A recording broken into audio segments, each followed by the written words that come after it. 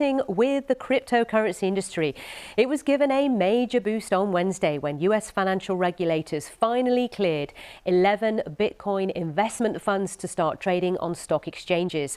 The approval of the Bitcoin Exchange Traded Funds, or ETFs, is seen by supporters as a watershed for crypto, giving it financial respectability and mainstream acceptance on Wall Street after a string of controversies.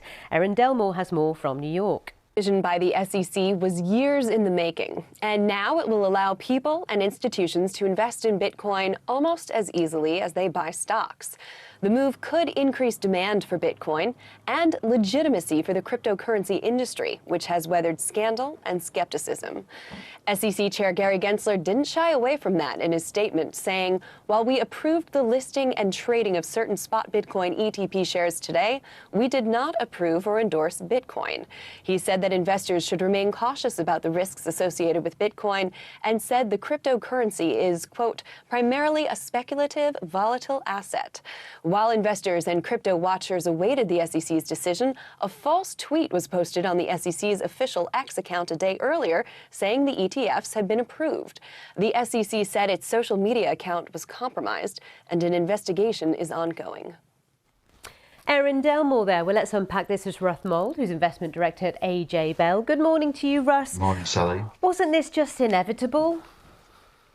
That's a good, to a degree, it was, partly because the Securities and Exchange Commission has been dragged kicking and screaming into it, having lost a lawsuit against one of the merger fund providers, who pointed out that it was already possible to trade funds that were following the value of derivatives of Bitcoin. This is now giving investors a chance to invest through these funds in the spot price, the immediately available trading price. So the fact you could invest in one type of Bitcoin product and not another really wasn't sustainable. So yes, the SEC in the end had to cave in. And your thoughts? Is it the right move?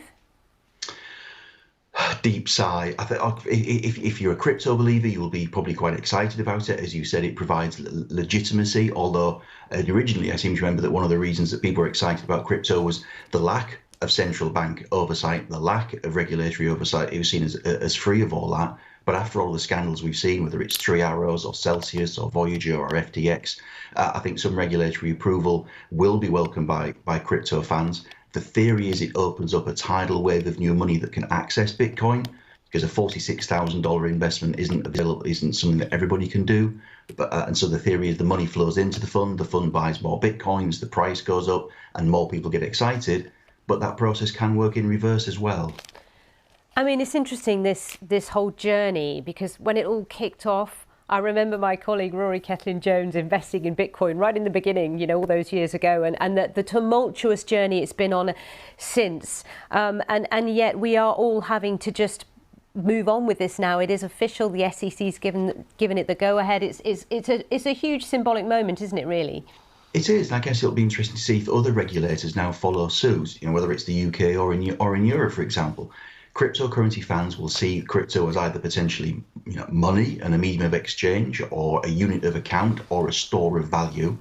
People who don't believe in cryptocurrency will argue that it's none of those things. It's too volatile. You can't really pay for your groceries or your taxes with it, for example, and it's not widely used by retailers. So the ideological battle continues between holders or hodlers of cryptocurrencies and those who don't believe in them, just as it does for gold. You know, the same arguments apply. Some people love gold because they think it's a store of value at a time when you've got inflation and central banks have been conjuring money out of the air. Equally, some people don't like gold because they see it as an inert rock that does nothing. And one thing that neither gold nor Bitcoin do is generate any cash or offer any yield. Interesting. It's good to get your take on this. Thank you, Russ. Nice to see you. See you again soon. Russ Mould there, investment director at AJ Bell.